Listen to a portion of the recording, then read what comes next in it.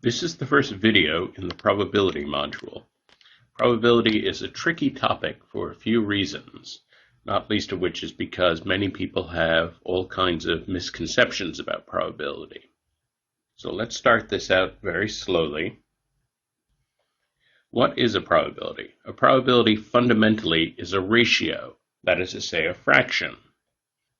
It is the fraction of the total number of successes over the total number of outcomes. So of all the trials that you make, how many of them result in a quote-unquote success? And here we're using the word success awfully broadly. For example, we're counting the number of heads when we flip coins. We're counting a head as a success. We're not talking about success in the great life fulfillment sense, just success in the very limited sense that we're getting the result we're looking for.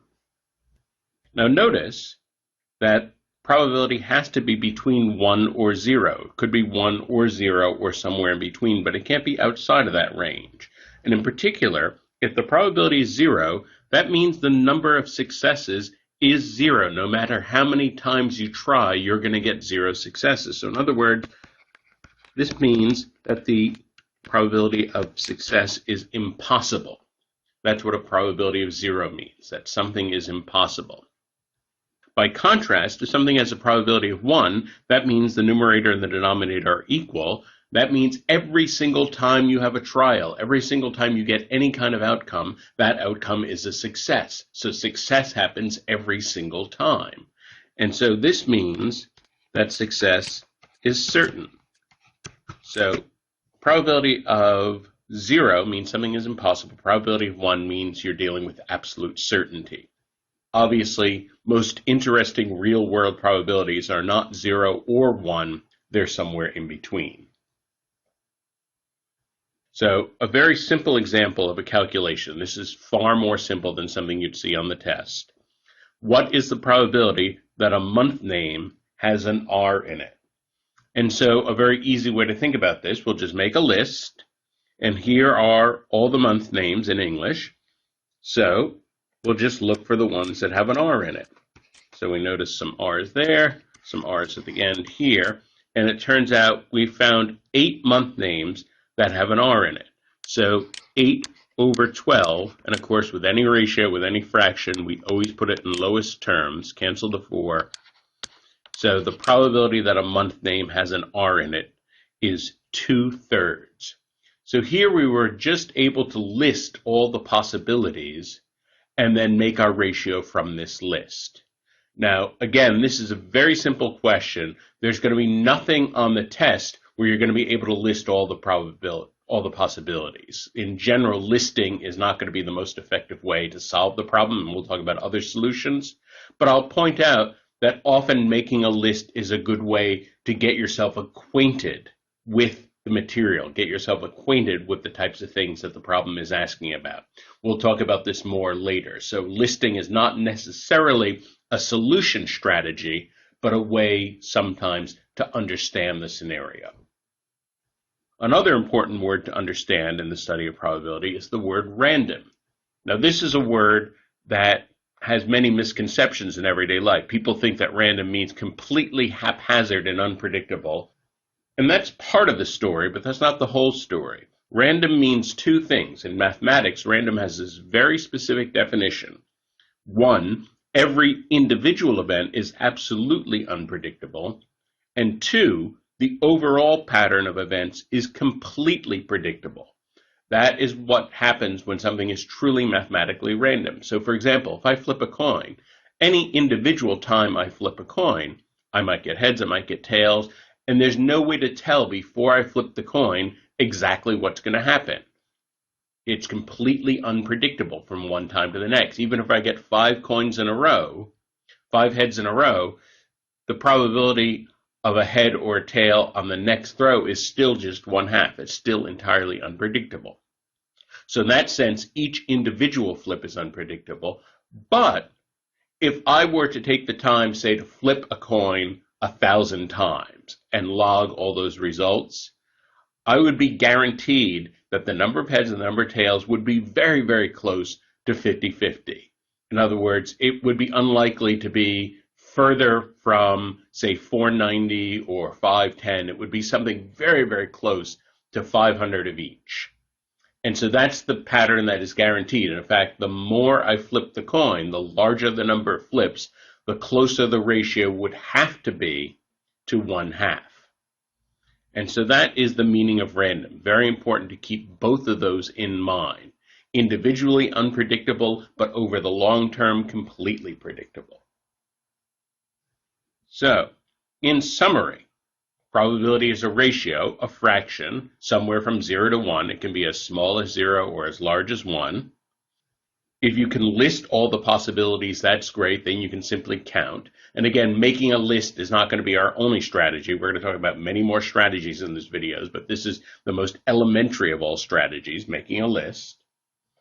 In the next videos, we'll learn some more general abstract rules for probability. Now we can talk about some of the basic probability rules, including the complement rule. So before we talk about the rules, let's talk about the notation we'll be using here. We're going to be using letters to represent possible events. So A could be drawing 2 hearts, B could be it snows tomorrow, C it could be Finland wins a gold medal. And of course with each one of these we'd have to specify the kind of situation in which we'd want to know the probability of one of these things to happen. In this abstract notation, we'll write P parentheses A as meaning the probability of event A. So again, if A is the probability of drawing 2 hearts, P of A would be the probability of drawing 2 hearts in a certain circumstance. For most events, the probability is between 1 and 0. For a probability to equal 0, that means the event is absolutely impossible, guaranteed not to happen. For an event to have a probability of 1, that means the event is absolutely certain, guaranteed to happen. So events that have probability of 0 or probability of 1 usually aren't very interesting to talk about because there's no uncertainty. The interesting events in probability are the ones that are between 0 and 1, the ones where there's a relative degree of uncertainty. At this point, we can talk about complements. The complement of A is not A. So whatever A is, for example, if A is drawing 2 hearts, then not A would be drawing anything other than 2 hearts. If A is Finland wins a gold medal, not A would simply be Finland does not win a gold medal. So we can represent this visually this sort of way. Now this whole circle is everything that can happen. Well, everything that can happen, let's think about this. What's the probability that of all the things that could happen, one of them happens? Well, of course, that's 1. It's absolutely certain that of everything that could happen, something will happen. So the whole circle has a probability of 1. And so that means that those 2 areas must add up to 1. The probability of A and the probability of not A must add up to 1. Now, a little bit of rearranging, we can solve for the probability of not A and write it as 1 minus the probability of A. This is a huge formula. This is the complement rule. And we're going to be using this in a variety of circumstances. This is a highly strategic rule that we'll talk about how to use. So right now, this is our first rule of probability. We'll get to some more. I'll give you some general overview rules also. These are approximate rules. In probability, OR means add and means multiply. Now, if you were to stop learning probability right here and just stick with this, you do pretty well. You do okay. These rules are not exactly true. We're going to be clarifying them in the subsequent videos. In the next couple videos, we're going to be building up the OR rule and the AND rule, 2 major rules in probability. In order to get there, first we need to discuss the idea of mutually exclusive. So what do we mean by this? 2 events are mutually exclusive if it is impossible for both of them to happen at the same time. If one happens, it absolutely precludes the possibility that the other happens. Sometimes in other textbooks you'll see the word disjoint used. These two events are disjoint. That's just a synonym for mutually exclusive. So let's think about this. If we say events A and B are mutually exclusive, what that means, it's possible that A could happen alone. It's possible that B could happen alone. It's possible that neither one of them could happen. That's also fine. The only thing that is impossible is that they both happen together. Saying that they're mutually exclusive is saying that it is impossible for both of them to happen together. And we could write this symbolically as the probability of A and B is 0. Well, this is a distinction that is most useful for very simple systems. Dice, coins, cards.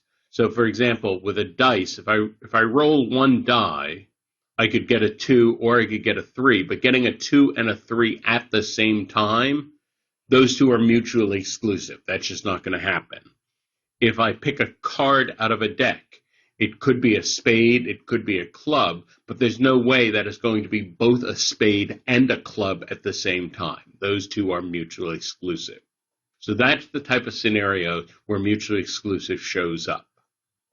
I point out that it gets far trickier when you start looking at sociological categories, when you start looking at human data about political parties and people's religions, and, because mostly if someone's a member of this religion, they're not going to be a member of that religion, but sometimes you will run into somebody who's a member of two religions at once, or a member of two political parties at once, or biracial, or any one of a number of combinations, so that the idea of disjoint gets much harder to apply when we're talking about human situations. Again, it is most applicable in these very simple situations. Now that we've talked about the idea of mutually exclusive, we're ready to talk about one of the major rules, the OR rule. And this rule has two versions, a simple rule and a general rule. So the first thing I'll say is that the simple rule, the essence of the simple rule, is our shortcut approximation. In probability, the word OR simply means add. Now, to be a little more precise about this, if events A and B are mutually exclusive, then the probability of A or B equals simply the probability of A plus the probability of B. In other words, the way to figure out the probability of OR is simply to add the two individual probabilities. This is the rule if the two events are mutually exclusive. A way to visualize this, incidentally, if two events are mutually exclusive, what this means is that when we draw them as circles, there's going to be no overlap. In other words, there's no place on this diagram where a point can simultaneously occupy circle A and circle B. That's what it means to be mutually exclusive. Well, if we want to figure out the total area taken up by these two circles together, obviously, that would just be the sum of the individual areas. And so at a fundamental level, this is exactly why the word OR means to add. But what happens if they're not mutually exclusive? Well, if events A and B are not mutually exclusive, what this means is that there's some overlap, some occasions when both A and B can happen together. So let's think about this now. This would be a diagram for two events that are not mutually exclusive. In other words, it is possible to land somewhere in this diagram, in this blue region, and be in a place where both A is happening and B is happening at the same time. So these are two events that are not mutually exclusive. Well, let's just think about this for a second. If we wanted the total area taken up by this whole thing, we want that area, well, it's not going to work just to add up the area of circle A and the area of circle B. That's going to give us more area than we need, because there's that overlap region. And really what would be happening if we just added probability of A plus probability of B, that little overlap region in the middle, that would get counted twice. And so that would be the thing that we'd have to correct for. So, because the overlap region gets counted twice, and we only want to count it once, we need to subtract that overlap region from the sum of the two individual regions. And therefore the rule is the probability of A or B is the probability of A plus the probability of B minus the probability of A and B. This is a probability rule that is true 100% of the time. This is a very powerful rule to know. And if you can remember the diagram in the previous slide, that will help you remember why this particular rule has this particular form. So, overall, there are two probability OR rules. There's the simple rule. This is only true for mutually exclusive events. Probability of A or B equals the probability of A plus the probability of B. Then there is the general rule that is true 100% of the time. The probability of A or B equals the probability of A plus the probability of B minus the probability of A and B. So I realize right now this is very abstract. What we're showing is all kinds of rules in this abstract algebraic notation. In the next video, we'll actually show an example of how this plays out in an individual problem. Now that we've talked about the generalized OR rule, we can talk about some examples. First of all, let me just remind you, the generalized OR rule says the probability of A or B is the probability of A plus the probability of B minus the probability of A and B. This is one of the big rules of probability. Notice also, this is different from what you might call the naive OR rule or the rough and ready OR rule, the fact that OR just means add. This rule refines that a bit. We can add and simply add if the events are mutually exclusive. But for generalized events, we need to use this slightly more complicated rule. So let's talk about applying this in a problem. Here's a problem, and I strongly suggest that you pause the video and solve this on your own, and then I'll show the solution. Suppose in game N, the probability of outcome A is 0.6, the probability of outcome B is 0.7, and the probability of A or B is 0.9. What is the probability of A and B happening at the same time? So we're given the probability of A or B, and we're looking for the probability of A and B. But it turns out that the OR rule can still help us. So we'll write down the generalized OR rule, and then we'll just plug in. We know the probability of A or B, and we know the individual probabilities of A and B, so we'll just plug those in. Now we'll move the unknown to one side and get it by itself, and then we'll just simplify. The probability of A and B equals 0.4. So even though we knew the probability of A or B, we used the formula to find the probability of A and B. And again, if you know the probability of A, the probability of B, and the probability of A or B, then you can solve the generalized OR rule to find the probability of A and B. In order to talk about the probability and rule, we need to talk about the idea of independent events. So what does this mean? In probability, two events are independent if they have absolutely no effect on each other. The outcome of one has absolutely no bearing or influence on the outcome of the other. So for example, in very simple systems, if we roll two dice, well then the number of dots on one die is absolutely independent of the number of dots on the other die. Whatever happens on one die, it's going to have no influence whatsoever on what happens on the other die. Successive flips of a coin, or two or more coins flipped together.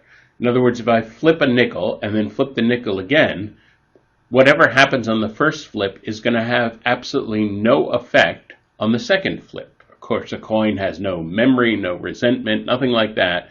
So it's going to have no way of being influenced by the previous flips. And similarly, if I flip several coins at the same time, whatever the outcome is on any one coin has no influence at all on the other coins. So the idea of independent is often applied in these very simple systems. Now we can also talk about it in real-world scenarios.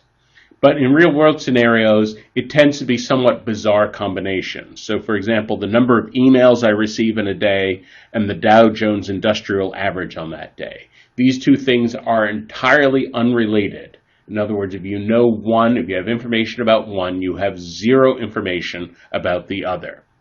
Similarly, the number of runs the New York Mets score in a particular day and the number of fish caught in the Osaka region during that day. Again, two things that are 100% unrelated. And so, yes, these are independent. But notice here, when we're talking about real-world events that are independent, typically we're talking about things that are so obviously unrelated that it's not even particularly interesting to talk about them both at the same time. And so the idea of independent is somewhat less common when we're talking about meaningful real-world events. When we talk about playing cards, well, one way we can talk about independent is, of course, if I draw one card from a full deck, the suit is independent of the card number. In other words, if I tell you that I picked a card from a full deck and I picked, say, a heart, knowing that I picked a heart, that would give you absolutely no information about what the number of the card was, whether it was a numbered card, a face card, anything like that. You'd have no information about that if all I told you was the suit. So in that sense, the suit of the card and the number of the card are independent. Now, if I draw more than one card, then we have to talk about this issue of with replacement or without replacement. And these are words that you will see in probability scenarios, so it's very important to understand these terms. With replacement means that whenever a selection is drawn, we put it back into the deck and make the next choice from a full and newly shuffled deck. So each and every choice comes from a full and shuffled deck. So this is what it would be to pick cards with replacement. I would pick one card, look at it, put it back into the decks, shuffle the deck, and so that the second card I pick is also coming from a full shuffled deck. That is what it means to pick with replacement. If I'm picking out of a hat, it means I pick one ball from the hat, record it, put it back into the hat, so that the second choice would be from the same hat full of balls. Without replacement, well, this is what actually happens in real-life card games. We pick a card and put it aside. For example, if you're dealing cards to people's hands in, say, a poker game or something like that, well, that is selecting cards without replacement. That means once you take the card out, it is no longer in the selection pool. That particular card can no longer be selected anymore because it is out of the deck, and every new card gets picked from a diminished deck. So when cards or anything are picked with replacement, all choices are made from the same pool. So each new choice is independent of previous choices. So with replacement means that the successive choices are independent. If cards or anything are picked without replacement, that means each new choice is made under different conditions. Each choice changes the probability for all successive choices, so the choices are not independent. With card, for example, each time I pick a card without replacement, that means that the next card picked will be picked from a different deck. First, I'll be picking from 52 cards, then I'll be picking from 51 cards, then from 50 cards, then from 49 cards, and so forth. Each new choice is from a different number of cards in the deck.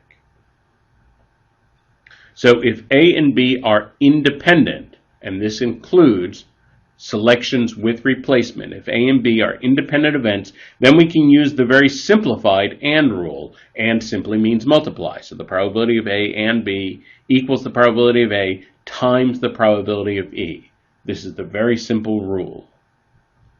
So summary, first of all, it's very important to determine independence. And really the crucial question is, does the way A turns out have any effect whatsoever on the way B turns out?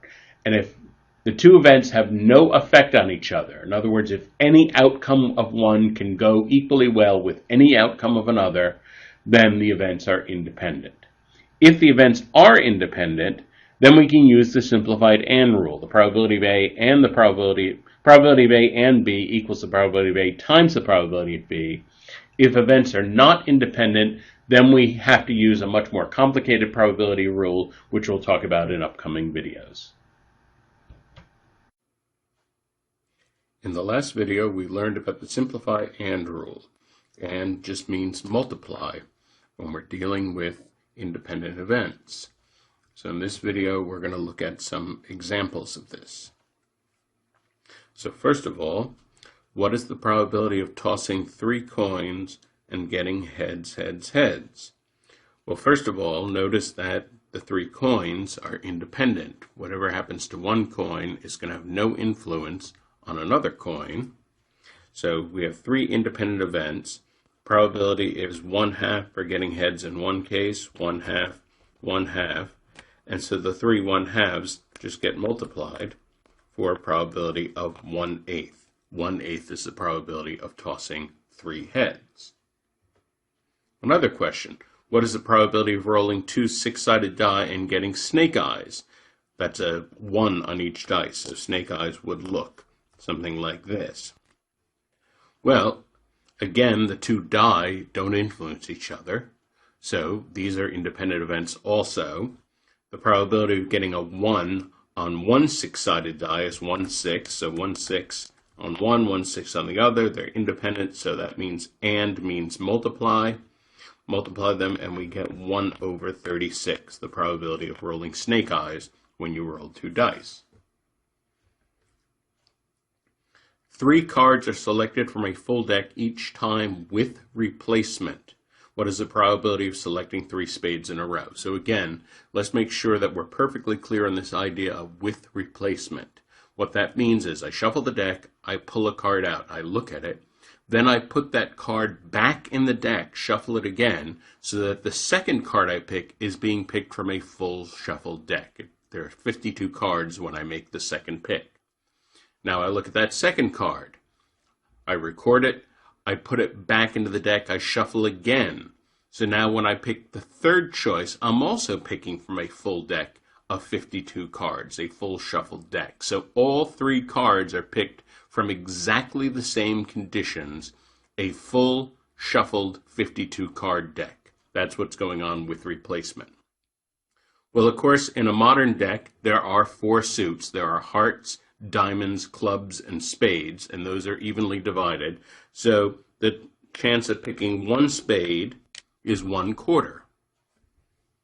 And then on the second pick, it's also 1/4. Then on the third pick, it's also 1/4. Because we're selecting with replacement, because each time the choice is made from the same initial conditions, the events are independent. The choices are independent. That's always true with replacement.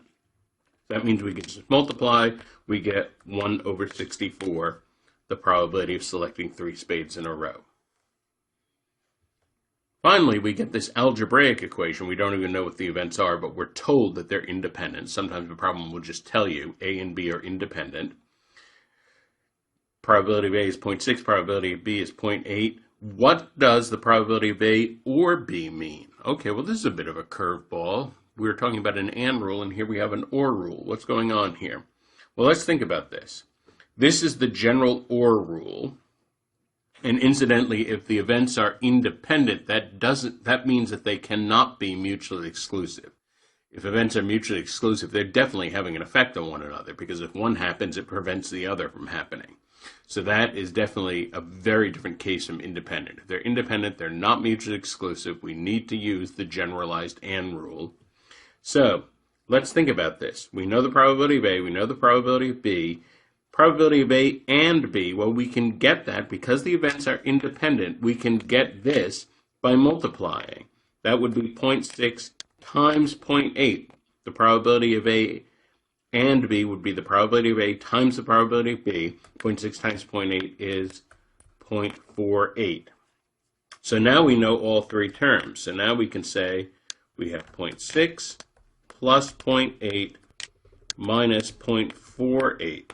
So this is 1.4 minus 0.48, and this winds up being 0.92, which is the probability of A or B. So now we are in a position when we can talk about the generalized and rule. So first of all, if events A and B are independent, you'll recall that we can use the simple and rule. That just means we can multiply the probability of A times the probability of B. What happens if A and B are not independent? So first let's figure out exactly what this would mean. So recall, if A and B are independent, that means that one doesn't influence or affect the other at all. So the probability of A happening has absolutely nothing to do with whether B happens or not, and vice versa. So one happening does not change the probability of the other. That is independent. Well, what would the opposite of that be? If events A and B are not independent, then whether one happens changes the probability of whether the other happens. So if we know A does happen, then B has a different probability than it would have if A didn't happen. That would be not independent. We handle such situations with something called conditional probabilities. So here's the notation. We use this symbol P, A, and then a vertical line, and then B. Well, what does this mean? This means assuming that, for whatever reason, we know that event B is true, then given this condition, what is the probability that A happens? Or more briefly, and this is the way that people usually would say it, what is the probability of A given B? So B is the condition. B is the condition we impose, and then A is the thing we want to find out the probability of, given that we know that B has already happened. So here's an example. Suppose A equals the event a randomly chosen person is male, and B is the selection pool is the United States Senate. Well, if I just pick A by itself, just ignore B, just the general population, I'm picking a randomly selected person, this is going to be something very close to 50%. I think technically women might be 51%, men might be 49% in the general population, but it's something very close to 50%. But things really change if we figure out the conditional probability. So given the condition that the person I'm picking is from the Senate, what is the probability that I randomly pick a male? Well, in the current Senate, the current United States Senate, as it happens, there are 80 men and 20 women. And so the probability of picking a male is 0.8. Now, of course, in a perfectly fair world, in a perfectly just and fair world with no sexism, this also would equal 50%. The Senate would be split 50-50. It would be representative of gender. That's not the world we live in, unfortunately. There are many, many more men in the Senate, and this is why the conditional probability is different from just the probability of A. And another way to say that is this is why these two events are not independent, because one changes the probability of the other. Once we have the idea of conditional probability, we can state the generalized and rule. So here are the generalized and rules. Notice that the word and still means multiply. That's a really good tip to hold on to. The word and in probability does mean multiply.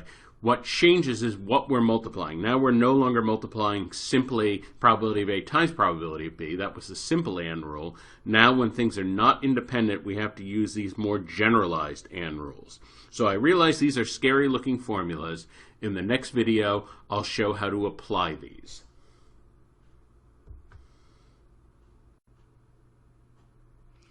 Now we'll talk about some examples of the generalized and rules. So first of all, recall the generalized and rule says the probability of A and B is the probability of A times the probability of B given A.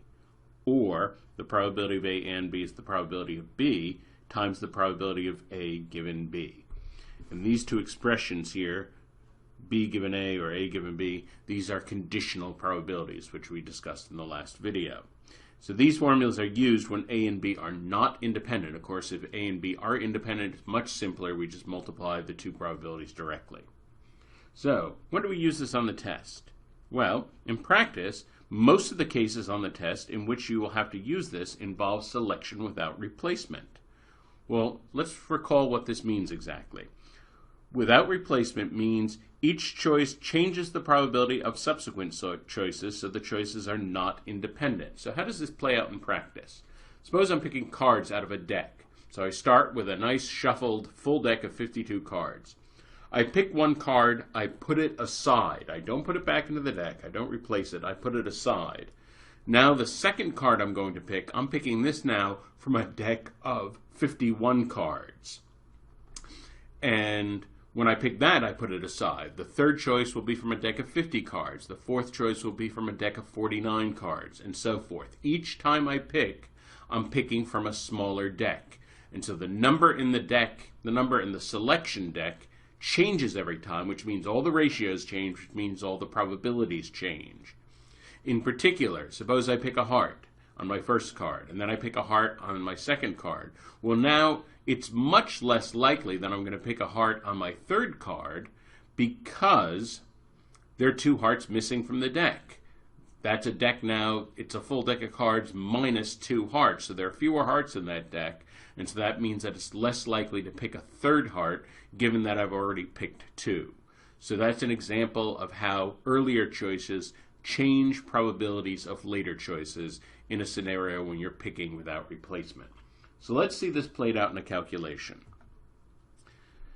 A box has 5 green balls and 7 red balls. Assume that all the balls in the box are equally likely and that the balls are picked without replacement. So we have that magic phrase there, without replacement. What is the probability that the first 2 balls picked are both green? So let's think about this. I'm briefly going to draw this out. We have 5 green balls and 7 red balls. That's our box. So the probability that the first choice is green, well, that's easy. There are 12 balls in the box. 5 of the 12 are green. So that's 5 over 12. That part is easy. Now notice, once we pick that ball is missing. So we no longer can think of this as 12 balls. Now there are 11 balls in the box. So now when I want to know what's the probability that my second choice is green, given that the first one is green, well, now I'm considering this new scenario, 11 balls in the box, and 4 of the 11 are green. So that would be 4 11ths. And so the total probability, I would multiply these two. Now, of course, if we're clever about fractions, we realize the worst thing in the world we could possibly do is multiply 5 times 4, multiply 12 times 11. That would be a really bad idea. You always want to cancel before you multiply. Why get big numbers if you don't need to get big numbers? Cancel before you multiply. So I'm just going to cancel the 4 and the 12, so those go down to 1 and 3.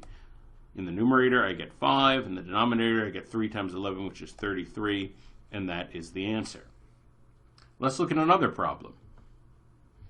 From a standard shuffle deck of 52 cards, what's the probability of picking 3 hearts on the first 3 cards drawn if the cards are selected without replacement? So again, the magic phrase, without replacement. So, probability that the first is a heart. Well, as you may know, in a standard deck of cards, there are 4 suits, and each suit has exactly 13 cards. The 4 suits are hearts, diamonds, clubs, and spades. And so, when I'm starting out with a 52-card deck, there's an equal number of cards in each suit, so every suit is equally likely. The 4 suits are equally likely, so the probability of picking a heart is 1/4. Now, it starts to get a little tricky. The second pick, what's the probability that the second pick is a heart, given that the first pick was a heart? Well, so now we're dealing with a deck of 51 cards, not 52, so I'm going to put 51 in the denominator. And now, instead of having 13 hearts, 1 has been taken out already, so now we're only left with 12 hearts. So 12 of those 51 cards are hearts. So that's a probability of 12 over 51. So notice it's a different probability from the first one because we're selecting without replacement. These probabilities are not independent, and what happens on the first outcome changes the probability on the second outcome. So now we have to think about a third choice.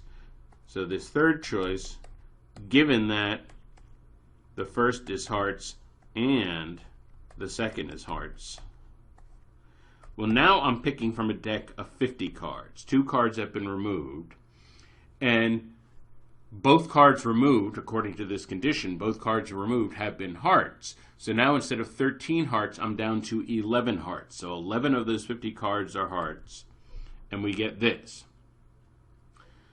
Let's see, incidentally, the second fraction, I'm going to simplify a little bit. I can cancel a 3 in the numerator denominator, so that's going to go down to 4 over 17.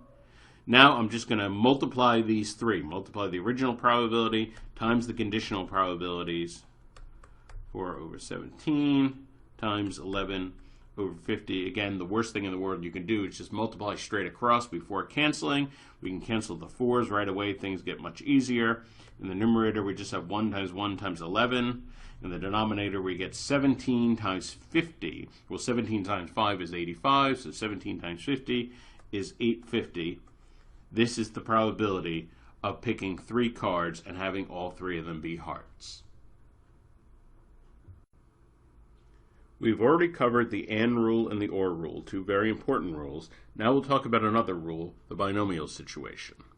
The first thing I want to make clear, this is a problem type unlikely to appear on the test except as a very hard problem. So this is very important to understand about the material in this video. If you are the type of student who's aiming for an elite math score, if you really are trying to get almost every math problem right on the test, well then yes, you may see this. You need to know this. But if you're the type of student, you're just trying to manage the basics, you know you're not going to get the hardest math problems right, you just want to make sure that you know the basic material so you get a respectable math score, well then definitely you should know the AND rule, definitely you should know the OR rule, those show up all over the place.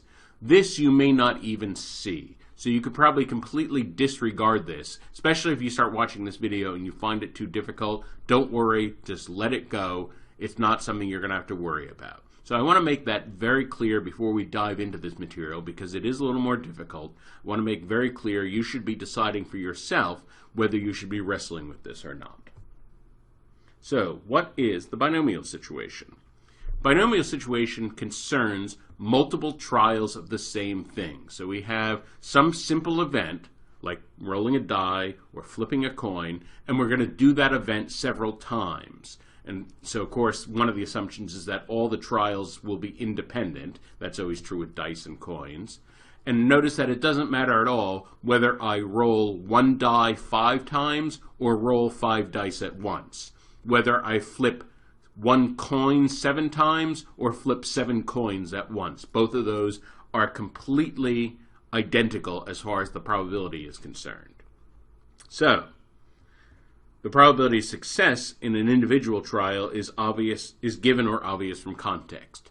I think almost all the problems I've ever seen on the binomial situation on the test have been either about dice or coins, so it's usually obvious. What's the probability of flipping 10 coins and getting this many heads? So heads is a success. What's the probability of rolling this many dice and getting this many 5s? All right, well then 5 is a success. So success is determined. In something else, whatever they're asking the probability of, that is what we're referring to as, quote-unquote, a success. 2, the number of trials is decided beforehand. So, in other words, that's just the way that the problem is framed. The problem frames, all right, 10 coins are going to be flipped. So that's not up for debate. We know there are going to be 10 trials. So that's already fixed. Those trials are independent. And then the question is, within those 10 trials, how often does something happen?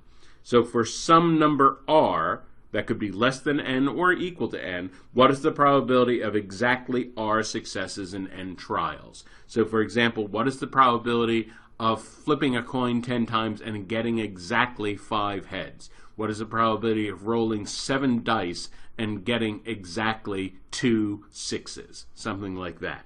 These would be the binomial situation. So how do we calculate this? Well, let's look at a couple examples. First of all, a very easy example.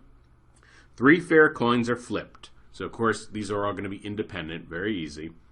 What is the probability of getting exactly 2 heads? So, exactly 2 heads would mean that we get 2 of the coins showing heads, and one of them is not heads, so one is tails. And so, probability of heads is 1/2, probability of tails is 1/2. All these are independent, so we can multiply. And that product equals 1/8. Now, naively, you might think, okay, that's our answer, 1/8. But we have to be very careful here. What are the different ways that this scenario, 2 heads, can play out? For example, I could get heads, heads, tails, or I could get heads, tails, heads, or I could get tails, heads, heads. Those would be the 3 ways it would play out if we were flipping 1 coin 3 times in a sequence. Another way to think about it, suppose we're flipping 3 completely different coins. Suppose we're flipping a nickel, a dime, and a quarter. When we flip those 3 coins, there's 3 different ways that we can get 2 heads with the single tail showing up either on the nickel or the dime or the quarter. And so there are 3 different ways for it to play out. These are mutually exclusive. Each one has a probability of 1/8, as we just figured out. So we add them. And so this adds up to a grand total of 3/8. And that is the probability of flipping 3 fair coins and getting exactly 2 heads.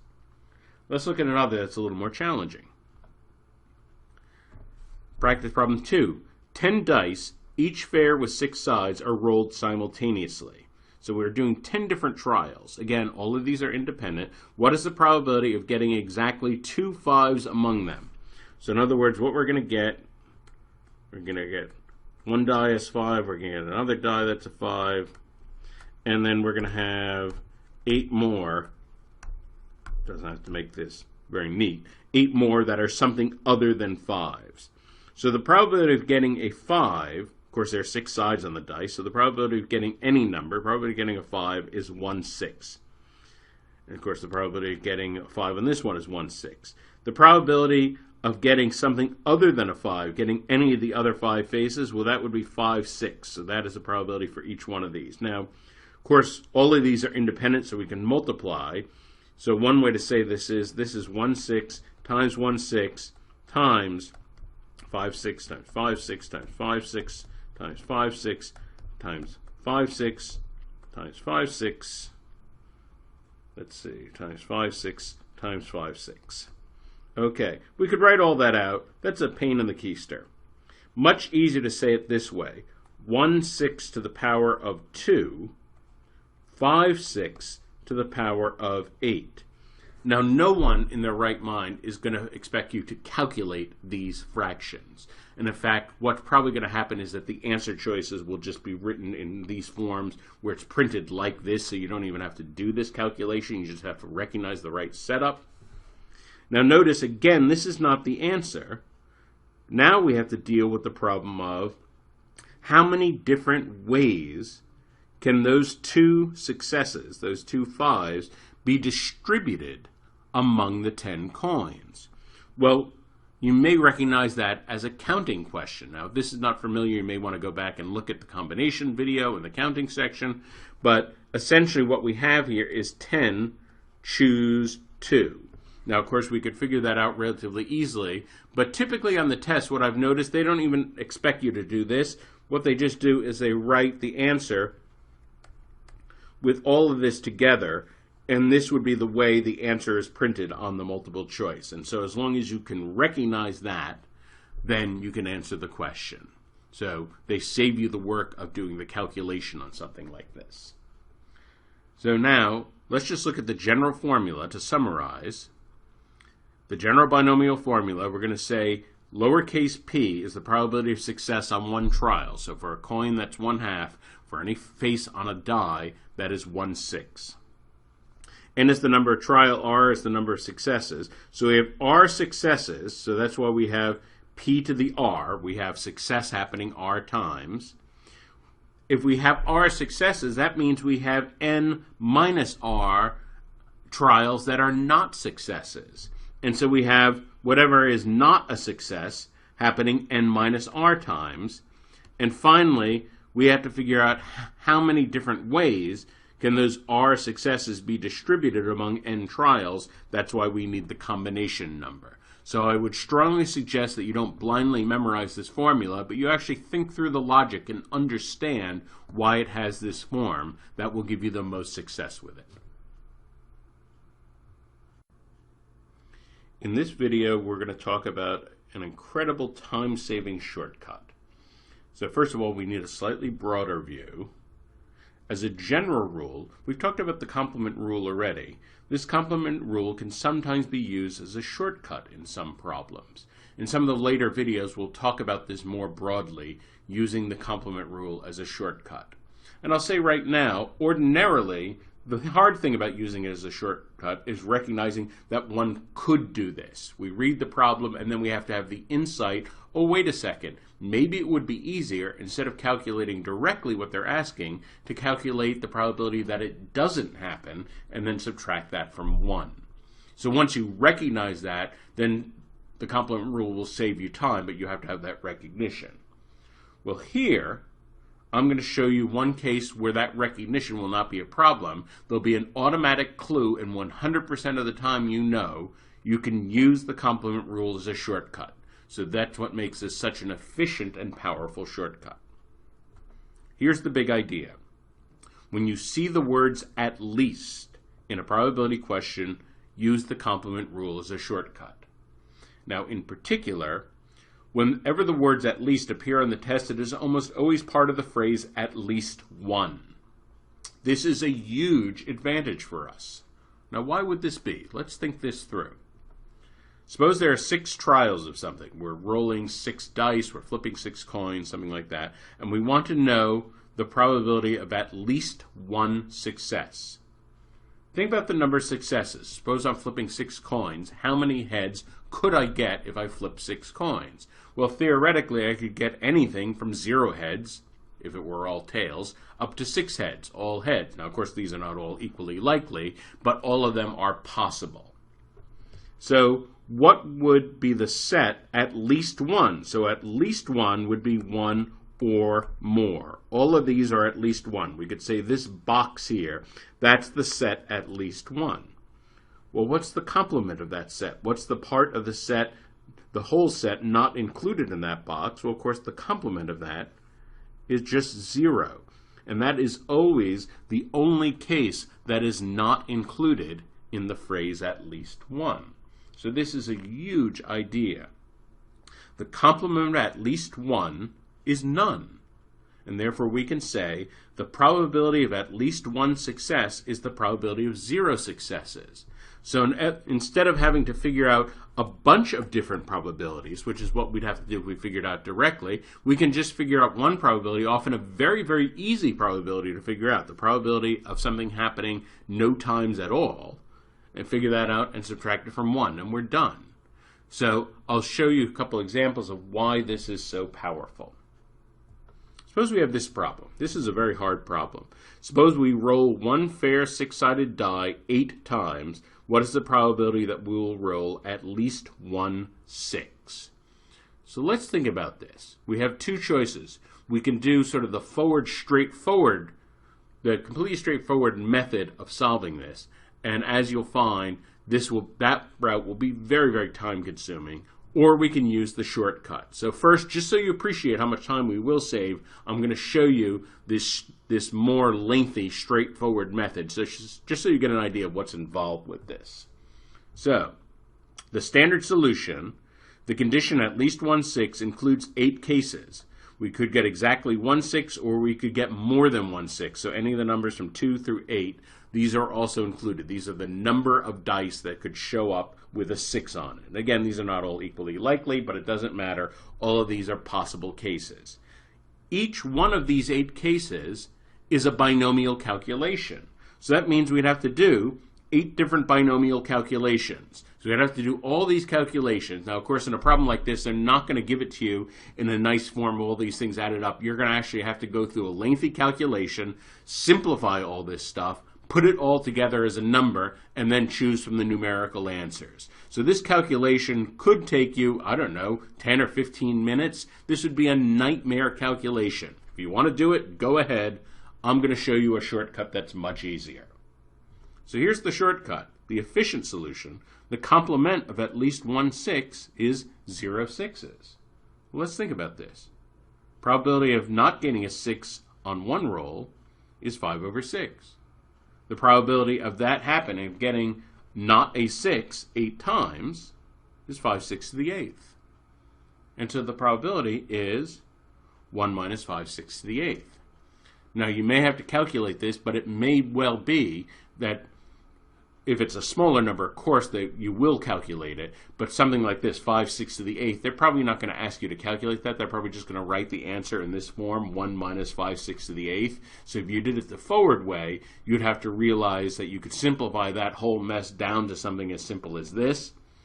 But it turns out the way we did it here, this efficient solution, we got there with almost no calculations. In other words, this was just a ridiculously easy way to get to an answer here.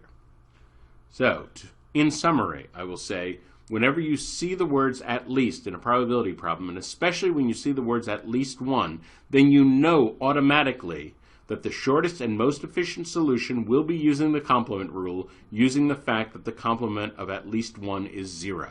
Now again, in future videos, we'll talk about using the complement rule in more complicated scenarios. In the other scenarios where it would be a shortcut, there's going to be a problem of recognizing it. For this particular case, there should be no problem recognizing it. You'll see these words, and that will be the trigger. Automatically, you know you can use the complement rule as a shortcut. So in previous videos, we have talked about all these ideas: mutually exclusive, independent, what formulas we can use for and rules or rules if things are or aren't mutually exclusive or independent. All fine, but then the problem comes, we get to a real question: how do we apply these rules? So this is a video where I'll start to talk about applying these rules.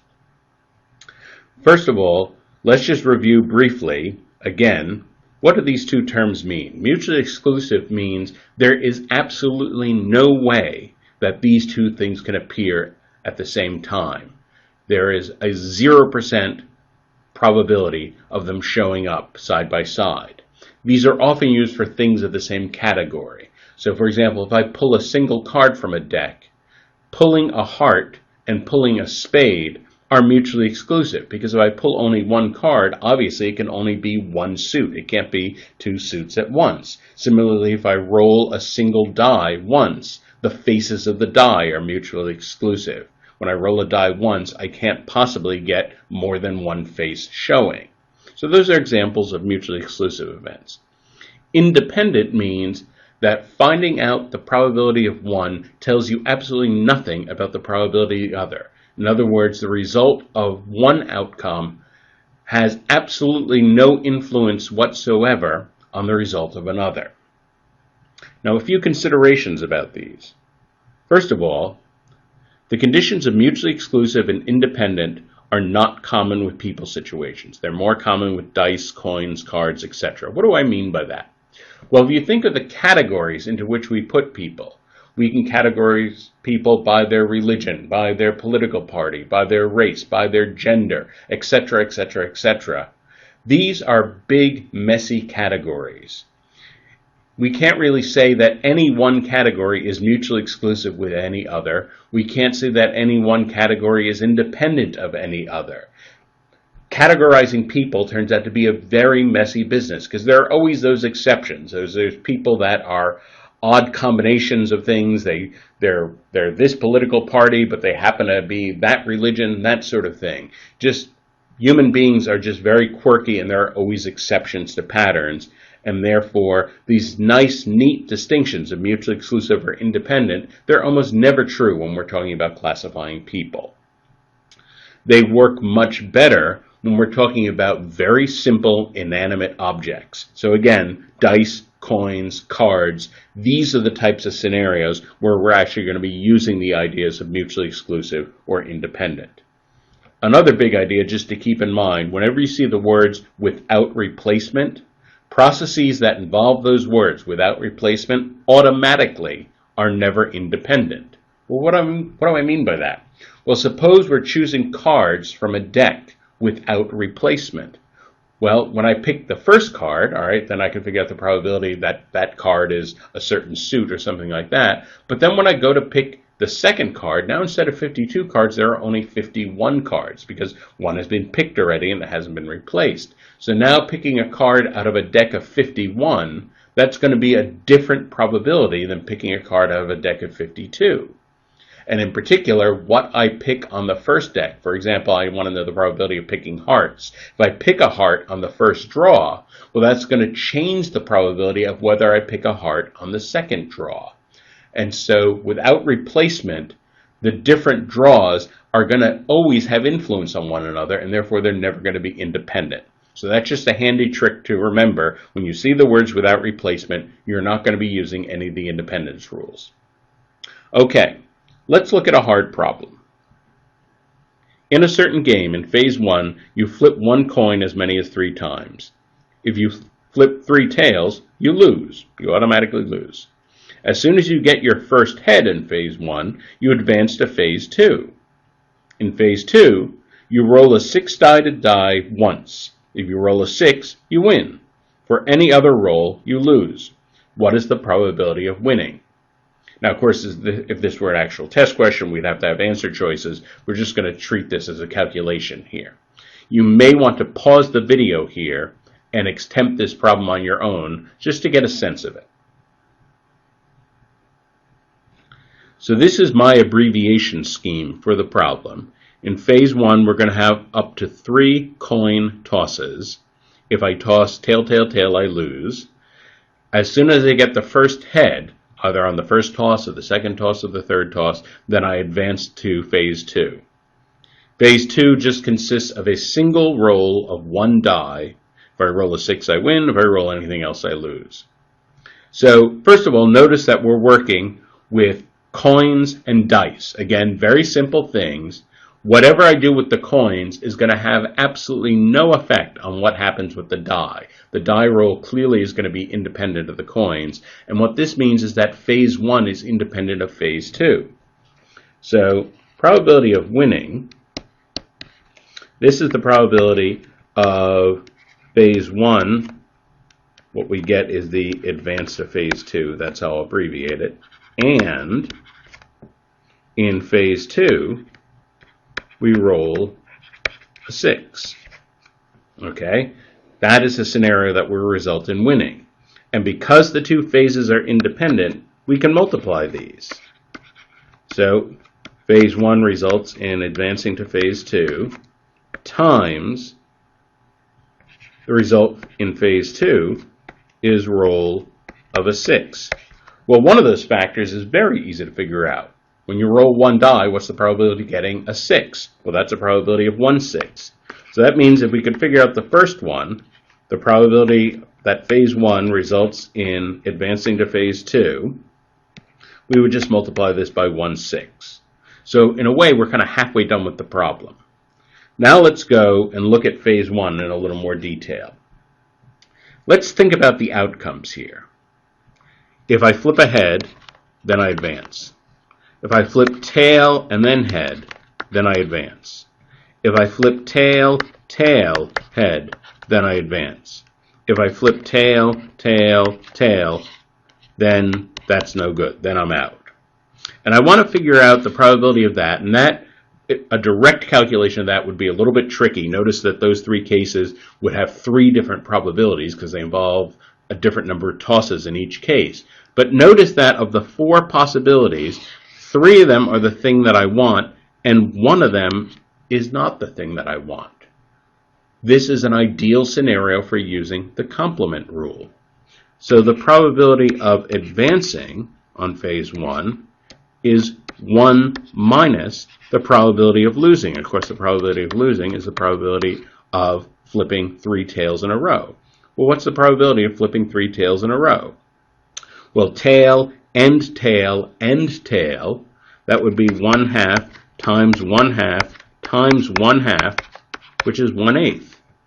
And so the probability of advancing would be 1 minus 1/8, which is 7/8. That is the probability that in phase 1 we wind up advancing to phase 2. So that's our first factor here. So we get 7/8 times 1/6, and this turns out to be 7/48. And this is actually the probability of winning the game.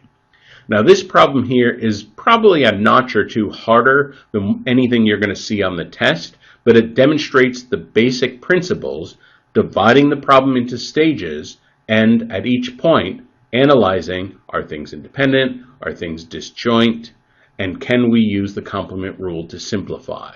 All of these are strategies that will help you analyze probability questions. So far, everything we've done has concerned use of the formal algebraic probability rules. Now those rules are very useful. They're used in many probability problems, but there are some probability problems where you can't use those. We have to use some other techniques. We have to go back to the basic definition of probability. So here's the basic definition. Fundamental definition, probability is the number of successes over the total number of outcomes. Now, in some very simple scenarios, you can just make a list of the cases, and then you can count up, all right, this many successes, this many total outcomes, it must be this over this. Usually that's not going to be enough to get an answer in a probability question. That might be a way to get the probability of one piece of the question. Often that's not going to be enough to answer a whole question.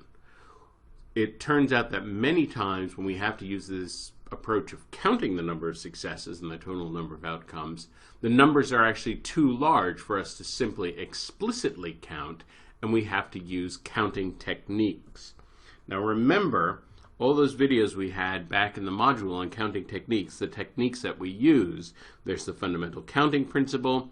So if the first choice happens in k ways, the second choice happens in n ways, the third choice happens in p ways, then the total number of ways I could choose, I just multiply all those. That's the fundamental counting principle. Then there are permutations. So for example, if I'm putting n things in order and I want to know how many different orders can I put those n things in, well, that would be n factorial. Combinations is when we don't care about orders. So this is everything about choosing. So for example, I have 10 options, and how many ways can I distribute 3 successes among those 10 options, something like that. So if these are unfamiliar ideas, it would be worthwhile to go back and watch the videos in the counting module to make sure you're clear on the fundamental counting principle and its relationship to permutations and combinations. That's what we're going to be talking about applying to probability in this video. So for example, here's a question. A committee of 3 will be selected from a group of 8 employees, including Alice and Bob. What is the probability that the chosen committee of 3 includes Alice and not Bob? So this is a classic counting scenario probability question. The whole idea that we have a certain group and we're picking people from this group. Whenever you start doing that, picking people from the group and then applying various restrictions, getting this person, not getting that person, having this person sit next to that person, all that kind of stuff, that is classic counting technique scenario. And so we have to use counting techniques. So let's think about this. So first of all, we can just ask the question, how many groups of 3 can we make from 8 employees? So that would be 8 choose 3. And of course the formula for that would be 8 times 7 times 6 over 3 times 2 times 1. 3 times 2 times 1 is 6, so that cancels. And so there are 56 different groups of 3 that I could possibly choose. So that would be the denominator of the fraction. Usually the denominator is much easier to figure out than the numerator. For the numerator, let's think about this. What would a successful committee look like? A committee that fits the condition we're saying here. Well, we'd have to have Alice on the committee. That's one of the requirements. And then we have these other 2 requirements. Now, of course, the people, there are 8 people altogether. Let's just list these out. So pretend those are the 8 people. Their names conveniently begin with the first 8 letters of the alphabet. So A we've already included, and we don't want to include B. So B is not going to be included. So we could pick 2 people from any of these remaining people. That would be 2 from 6. 2 from 6 could go into these 2 slots. So 6 choose 2. How many different pairs can we pick from 6? That would be 6 times 5 over 2, and of course that equals 15. That's the numerator, and so the probability would be 15 over 56. This is the probability that the chosen committee of 3 includes Alice and not Bob if we are choosing from this group of 8, assuming that all 8 employees are equally likely to be chosen. So, in summary, we will say, in solving a probability question, sometimes, in fact usually, it's advantageous to use the algebraic probabilities and those rules. Sometimes it's advantageous to use counting techniques. So as the student, when will you know which to use what? That's what we'll talk about in the next video. So, in this video we'll talk about listing versus counting versus formal probability rules. So far, what we've had in this video series, we've seen a variety of techniques for solving problems, including listing, counting techniques, and formal algebraic probability rules. How does a student know which to use in a particular problem? And so I want to make clear, in some ways, this is the hardest part about probability right here. You can think of it this way. So far, all the videos we've seen, it's kind of as if we've built this toolbox. We've put a lot of tools in this toolbox. And of course, it's important to know how to use each one of those tools. But the real question, the hard question is, now you're faced with a probability question, how do you know which tools to take out of the box? So this is a very difficult process. Again, this is probably the hardest thing about probability. So I'm going to start giving some hints about how to approach this. What are some things you can do to make this choice easier? So first of all, use the formal algebraic rules if, number one, if the problem gives you algebraic expressions, P of A equals something, P of B equals something, well, if they're giving you algebra, then that is just a dead red giveaway. They want you to use the algebraic rules. So that one is really easy. If the items concerned are things like coins, cards, dice, those very simple inanimate objects, those are really, really good for algebraic rules. So if the problem is about that, chances are very good you're going to be using the algebraic rules. If the language of the problem uses mutually exclusive or independent, that's another dead giveaway. Right there, you see those words? Use the algebraic rules. That's what you'll be using. Even if they don't use those words explicitly, they may use those ideas. They may describe an idea. This doesn't have an effect on another, or these two things can't happen together. You have to be able to recognize those ideas as being these conditions. And again, if these conditions show up, whether they're mentioned by name or not, use the algebraic rules. Now, there was a previous video that we had on analyzing problems. That's one where we talked more in depth about which of the algebraic rules to use, sort of how to dissect a problem. Now, let's talk about some of the other techniques. Use listing only if the full list is very short, fewer than 10. And we have to be very careful here. If there are any combinations involved, combinations always make the number of choices go way, way up. Suppose we're talking about 5 books, and we're talking about putting the books in order. Well, right away, that's 5 factorial, which is 120. You're not going to list out 120 things. So it's not whether the number of items is fewer than 10. It's whether the number of choices, the number of possibilities that we're concerned with in the problem is fewer than 10. And so this is something really important to appreciate. It is extremely rare that listing will be the way to arrive at the solution of a problem. There's going to be almost no problem in the test that we can solve completely purely by making a list. But, this is a very important but, listing a couple examples at the outset might help you determine what approach to use. So as you're trying to figure out how am I going to attack this problem, often it can be very helpful just to list a couple examples of some of the elements, some of the examples of things that are successes, some of the examples of things that are not successes, to give you an idea of how you're going to set things up.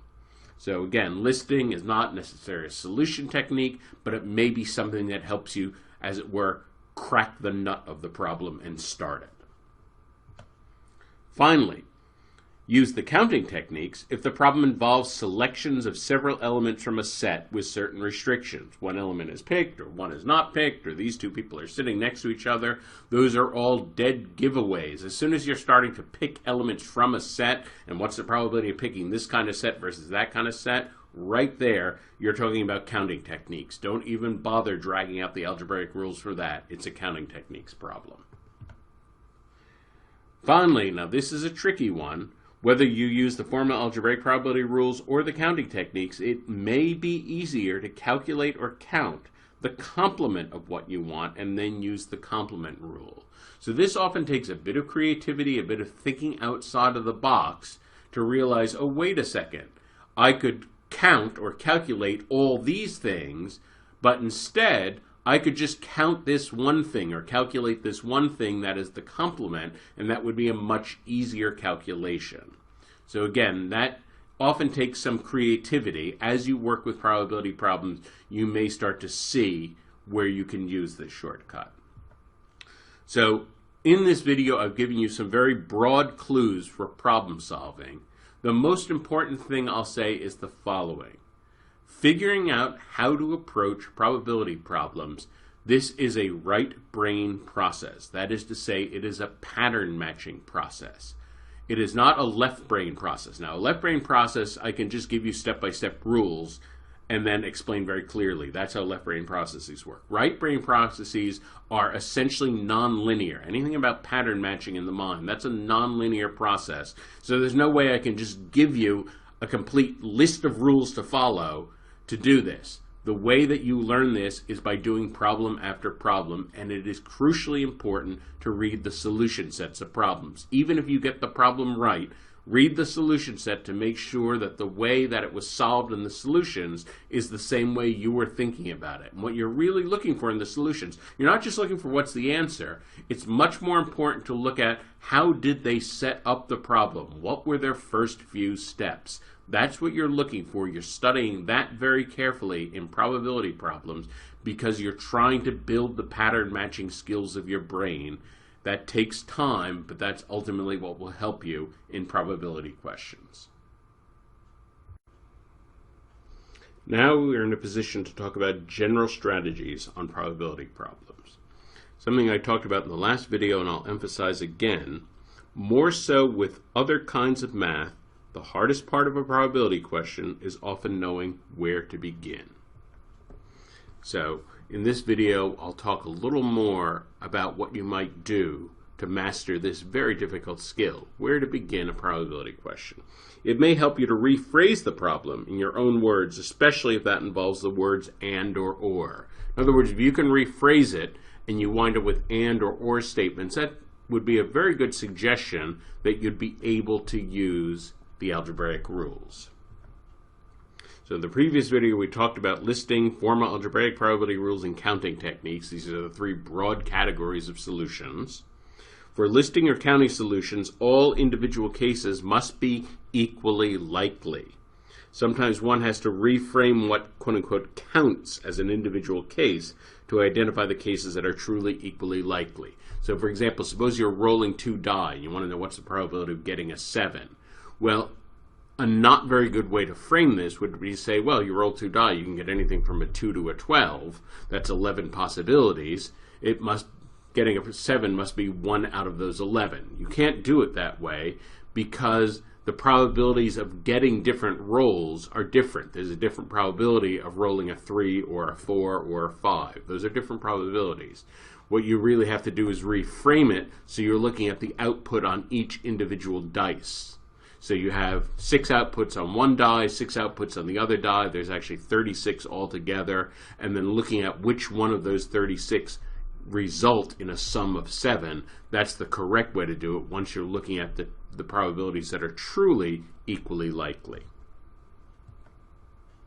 For solutions involving formal algebraic rules, it probably will help to identify the conditions as letters. So in other words, if it's not given to you in algebraic form, write it in algebraic form. That will help you. It may save time to use the complement rule. And in particular, if they're asking you something about the probability of something not happening, in other words, if the word not is displayed prominently in the formulation of what the probability is, that is often an excellent clue that it just may be that the complement rule will help you. So always something to keep in mind. That's one clue that will help you with the complement rule. For situations involving the idea of or, it will be very important to determine whether events are mutually exclusive. Now let's review this.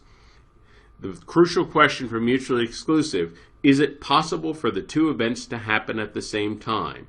And if the answer to that question is yes, then the events are not mutually exclusive, then we have to use the general or rule. If the answer to this question is no, if it is absolutely not possible for the two events to happen at the same time, then they truly are mutually exclusive and we can use the simple or rule. For situations involving the idea of and, it will be important to determine whether the events are independent. Let's review this. The crucial question here is, when one event happens, does this change or influence the outcome of the other event? Another way to say this is, Knowing how one event turns out, does that give us any information at all about how the other event would turn out? If the answer is yes, then it's not independent, then we have to use the conditional probabilities. If the answer is no, if one event truly does not influence the other at all, then the events are independent, and then we can use the very simple AND rule. All of these are general guidelines, but as I said in the last video, what you're trying to build here are right brain pattern matching skills. And so there's going to be no complete list of rules that's going to help you with the pattern matching of the right brain. The right brain is all about nonlinear processes. So the most important thing is to study the solutions and explanations of individual problems. Even if you get the question right, always read the explanation of a probability question, because you're looking at how do they frame the problem. What is their initial approach? What is the way they set up the problem? That's the pattern you're trying to learn.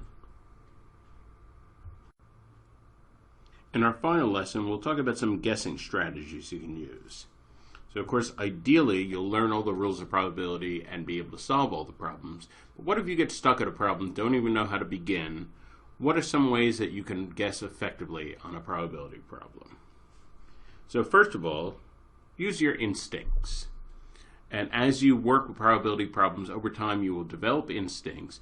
So for example, if it's something like flipping a coin 10 times and getting 8 heads, something like that's not going to be very, very likely. And so if one of the answer choices is like 0.8 or 0.9, you know that an event like that is not going to happen 80% or 90% of the time. So something like that would simply be unreasonable and you could eliminate it. So always use your real world instincts about, would something like this be really likely, really unlikely, and if you can use that information, use that to eliminate some answer choices. Second, if the complement rule is clearly used in a problem, even if you don't know how to solve the problem, look for complementary probabilities in the answers. Now, what do I mean by this? Suppose we have this question. If blah, blah, what is the probability that at least one blah, blah, blah, blah, blah? So we have no idea what this question is about. Suppose you look at the question and it might as well be written in blah, blah. You have no idea what the question is actually asking. But you spot these magic words, at least one, and you remember, oh, in an at least one problem, the quick way to do it is using the complement rule. So, of course, that's what the test maker has in mind. Now, let's think about this. If the test maker wants a probability of A, of course, the way that you figure this out is it's 1 minus the probability of not A. Well, of course, sometimes people go through all the work of figuring out the probability of not A, and they forget this final step of subtracting it from 1. This is a very common mistake. Because this is a common mistake, it's always true that on a problem where the complement rule is used, even though this is the correct answer, this will also appear as a trap answer. The test maker always will put the likely mistake as a trap answer. And so that means if we see pairs of answers that are complements, that's a very good clue that one of those is the correct answer. So for example, we look at the answer choices here. These two answers are complements. The other answers don't have their complement listed. So it's very likely that those are not the answers, and we can guess from one of these two choices. And of course, if you can eliminate 3 choices and guess from the remaining 2, your odds are much, much higher, and it's to your advantage to do so. Finally, think about overlap. And this is a very tricky issue about probability. Suppose, for example, the probability of A is 0.7, the probability of B is 0.8. And we're asked some question about A and B, A or B, something like this. Well, notice, first of all, if one thing is happening 70% of the time and one thing is happening 80% of the time, there's absolutely no way that they could be mutually exclusive. Because there's no way that you could have 70% of the time and 80% of the time never touching each other. They're going to have to overlap. One way to view this is visually.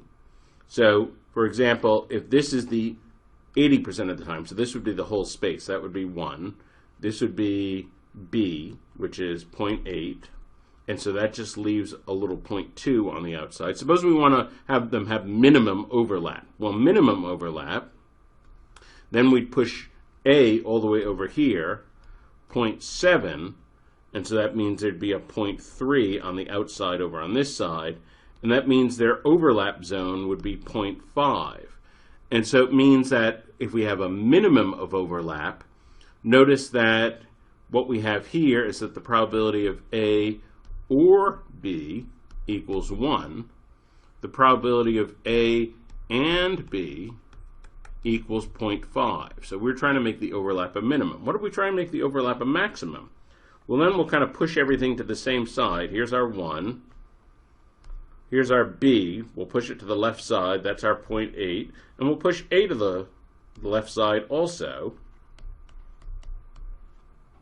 And it turns out that, first of all, the OR region is just the probability of B now. Probability of A or B, because A is inside B. And so that's the probability of OR. And the probability of AND, well, now that's the size of A. Probability of A and B. Everywhere where A is, B is also. So that's 0.7. So notice, even if we don't know anything about the particulars of the situation, just thinking about overlap, we know that the probability of OR has to be somewhere in this range. The probability of AND has to be somewhere in this range. So that would allow us to eliminate answer choices. In the rare case that we had an inequality question about probability, we might be able to answer the question purely by thinking about this overlap. These are some strategies you can use. Even if you don't understand the question, there are still effective ways to eliminate the answers so that you can guess effectively on these problems.